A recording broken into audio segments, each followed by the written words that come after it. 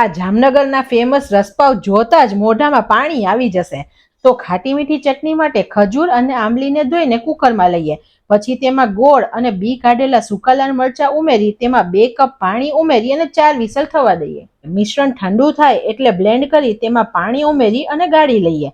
તેમાં લાલ મરચું, સંચળ, ધાણા જીરું, ગરમ મસાલો, મીઠું, ખાંડ અને અડધો કપ પાણી ઉમેરી 5 મિનિટ ઉગાડીએ અને રસાને ઠંડો થવા દઈએ। પછી તીખી લસણની ચટણી માટે સૂકા લાલ મરચાંને ગરમ પાણીમાં પલાળી અને મિક્સરમાં લઈએ। તેમાં 6 કળી લસણ, સંચળ, શેકેલું જીરું પાવડર, મીઠું અને લાલ મરચું તથા પાણી ઉમેરી અને ક્રશ કરીએ। બીજું અડધો કપ પાણી ઉમેરી અને કન્સિસ્ટન્સીને સેટ કરીએ।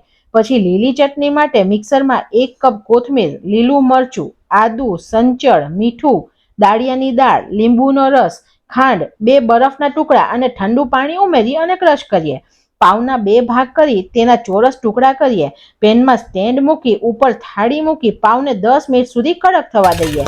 પછી પાવને ખાટા મીઠા રસામાં ડુબાડી ઉપરથી તીખી લસણની ચટણી અને લીલી ચટણી ઉમેરીએ। તેમાં મસાલા સિંગ, ઝીણી સેવ અને ડુંગળી ઉમેરી અને એન્જોય કરીએ। તમે પણ ચોક્કસ બનાવજો।